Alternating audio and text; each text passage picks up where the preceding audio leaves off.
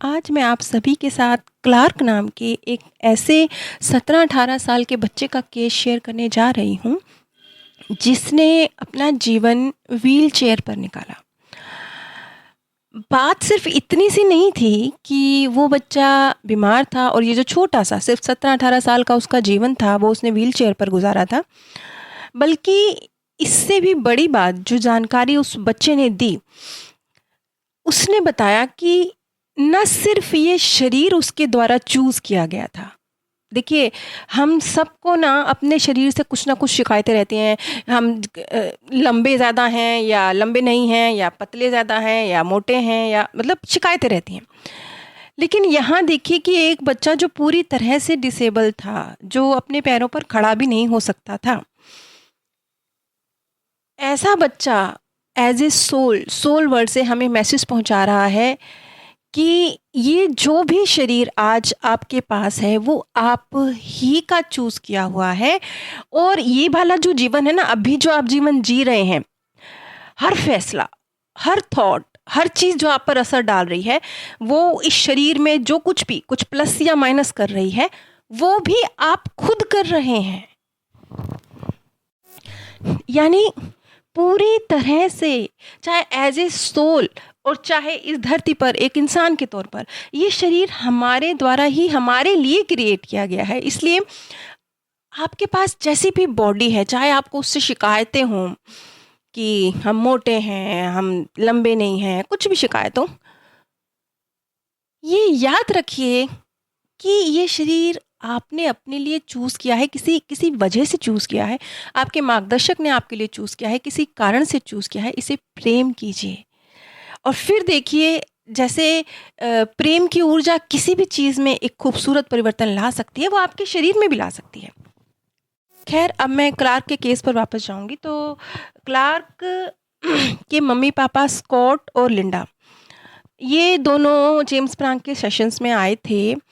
तो लेकिन एक बहुत ख़ास बात थी, वो ये कि जो क्लार्क था उसे अडॉप्ट किया गया था, क्योंकि लिंडा और स्कॉट माता-पिता नहीं बन सकते थे, तो उन्होंने बच्चा गोद लेने का फ़ैसला किया। तो नॉर्मली जब कोई व्यक्ति बच्चा गोद लेने का फ़ैसला करता है, तो वो किसी स्वस्थ बच्चे का चुनाव करता है। लेकिन सोच समझ के तो लिंडा और स्कॉट घर से नहीं निकले थे कि वो किसी अस्वस्थ बच्चे का चुनाव करेंगे। लेकिन कहते हैं कि उनके सामने 12 बच्चे थे जब वो बच्चा गोद लेने के लिए गए, तो उन 12 बच्चों में जो सबसे ज़्यादा उनको बिल्कुल एंजल की तरह लगा, कहते हैं कि बस उसकी तरफ देखकर मुझे ऐसे लग रहा था कि जैसे इसे बस भगवान ने मेरे लिए ही तो भेजा है। बहुत प्यार आ रहा था उसको देखकर। मैंने वो बच्चा चूज़ किया, जबकि वो बच्चा फिज़िकली फ़िट नहीं था, वो डिसेबल बच्चा था। लेकिन फिर भी उन्होंने 12 बच्चों में से सिर्फ़ उस बच्चे को चूज़ किया। बिल्कुल देखते ही बस दिल आ गया। लेकिन फिर भी स्कॉट ने एक बात बोली। स्कॉट ने कहा कि क्लार्क उनका बच्चा था, एडॉप्टेड बच्चा था, जिससे वो बेहद प्रेम करते थे। तो उन्हें शिकायत थी भगवान से कि मेरे बच्चे के साथ ना सही नहीं करा, उसे फिज़िकली हैंडीकैप बनाकर भेजा। वो मतलब छोटी सी बच्चे की उम्र थी, 17-18 साल की उम्र में तो उसका स्वर्गवास भी हो गया। तो उन्हें शिकायत रहती थी भगवान से कि मेरे बच्चे को डिसेबल क्यों बनाया। तो जब क्लार्क की सोल ने कॉन्टैक्ट किया जेम्स फ्रांक से और जेम्स फ्रांक के थ्रू अपने मैसेज कन्वे किए, तो देखिए ये मैसेज बहुत महत्वपूर्ण है, बहुत ख़ास है। ये ना आपकी सोच बदल सकते हैं, आपका नज़रिया बदल सकते हैं, आपका जीवन बदल सकते हैं। देखिए, ठीक है, यहाँ पे तो वो बच्चा शरीर की बात कर रहा है, लेकिन शरीर से भी आगे बहुत कुछ है जो आपने खुद चूज़ किया है। और चूज़ नहीं किया, अब आप निर्माण भी कर रहे हैं। तो क्लार्क ने बोला कि मुझे खुशी है, क्लार्क का मैसेज है जो अब स्वर्गलोक में है, मतलब आत्मा लोक में है। तो उसने ये मैसेज दिया कि अपने मम्मी पापा को कि मैं इसके लिए आपका बहुत शुक्रगुज़ार हूँ कि आपने एज ए सोल मुझे पहचाना, मेरी डिसेबिलिटीज़ के लिए मुझे नकारा नहीं, मुझे अंतरात्मा से प्रेम किया।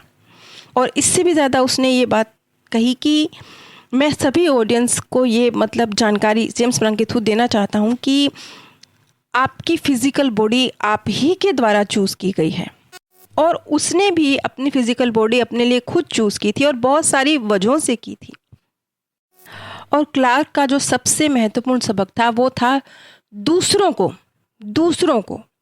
देखिए, हम बहुत सारे सबक होते हैं ना, कुछ हमने सिखाने हैं और कुछ हमने सीखने हैं, कुछ की हम वजह बन रहे हैं सिखाने की और कुछ हम दूसरों से सीख रहे हैं। तो दूसरों को करुणा का लेसन सिखाना, ये उसका एक छोटी सी ज़िंदगी जो थी 17-18 साल की में, उसका कार्य था।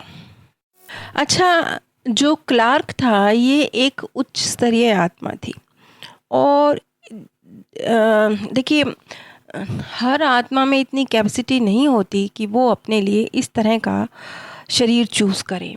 ज़्यादातर केस में, सब में नहीं, कुछ में कार्मिक अकाउंट होते हैं, कुछ में कुछ दूसरे रीजंस होते हैं, लेकिन ज़्यादातर जो इस तरह की डिसेबिलिटी वाले केस होते हैं, ये बहुत बार उच्च स्तरीय आत्माएं भी होती हैं जो किसी कारण से, कुछ सिखाने के मकसद से, कुछ बड़ा एम लेकर आती हैं और इस वजह से इस तरह का शरीर धारण करती हैं। हर मामले में नहीं, किसी मामले में कुछ कार्मिक अकाउंट भी कार्य करते हैं, कुछ अन्य वजह भी कार्य करती हैं, लेकिन बहुत बार ऐसा होता है, जैसा कि क्लार्क के मामले में भी था, क्योंकि क्लार्क एक उच्च स्तरीय आत्मा था। खुद स्कॉट और लिंडा कहते हैं कि अगर आप उसके साथ 5 मिनट भी बिता लेंगे तो वो बच्चा ऐसा था कि आप उसकी डिसेबिलिटी के बारे में सोच भी नहीं पाएंगे, भूल ही जाएंगे। वो इतना प्यारा बच्चा था, उसका जैसे उसको उन्होंने एंजल ही कहा है, इतना प्यारा हो रहा था उस बच्चे का। जो भी उससे मिलता था बस उससे बातें करता था, चंद बातों में ही वो मन मोह लेता था। और इतना नहीं है, डिसेबल होने के बावजूद वो बच्चा अपने पैरों की उंगलियों से पियानो बजा लेता था। और खुशी की बात ये थी कि क्लार्क जिस मकसद को लेकर आया था लिंडा और स्कॉट के जीवन में, वो मकसद उसने बहुत अच्छे से पूरा किया, क्योंकि उसके जाने के बाद लिंडा और स्कॉट ने जो इस तरह के बच्चे थे, डिसेबल थे, उनके लिए काम करना शुरू किया। लोगों का जो सोच का नज़रिया था उन बच्चों के प्रति, या उन बच्चों के लिए क्या वो बेहतर, क्योंकि उनमें भी कुछ तो एबिलिटीज़ है ना, वो कुछ नहीं कर सकते लेकिन कुछ तो है जो बेहतर कर सकते हैं। तो वो अब उन बच्चों के लिए काम कर रहे थे। यानी यही मकसद था क्लार्क का इस तरह का शरीर लेकर स्कॉट और लिंडा के जीवन में आने का, वो उसने बहुत अच्छे से फुलफिल किया। आज की तारीख में स्कॉट और लिंडा इसी तरह के डिसेबल बच्चों के लिए कार्य कर रहे हैं और बहुत बेहतर कार्य कर रहे हैं। अब मैं आपके सामने जो क्लार्क के एग्जैक्ट शब्द थे वो पेश करने जा रही हूँ। क्लार्क ने कहा, most people with disabilities are advanced souls. Only a soul with great understanding would take on such challenges. मैं जानती हूँ बहुत सारे लोग हैं जिन्हें आज का अपना जो जीवन है किसी भी वजहों से अच्छा नहीं लग रहा होगा, पर एक बात को समझिए, जैसे हम स्कूल जाते हैं तो स्कूल में कभी कभी वो सब्जेक्ट भी हमारे सामने आता है जो हमें बहुत डिफ़िकल्ट लगता है, लेकिन स्कूल तो हमारा कुछ वक्त का होता है ना, कुछ 15, 10, 12, 13 कुछ सालों का होता है ना स्कूल। उसके बाद जब आप स्कूल पास करके अपना जीवन जीते हैं, आप एक लंबा जीवन जी रहे हैं, मान लीजिए आप 80 साल की आयु तक एक एवरेज व्यक्ति जो जीता है जिए, तो आपने जो अपने स्कूल की लाइफ के अलावा 60-70 साल गुजारे, आपने उस एजुकेशन का लाभ उठाया, आपका सोचने समझने का तरीका बढ़ा, सुलझा।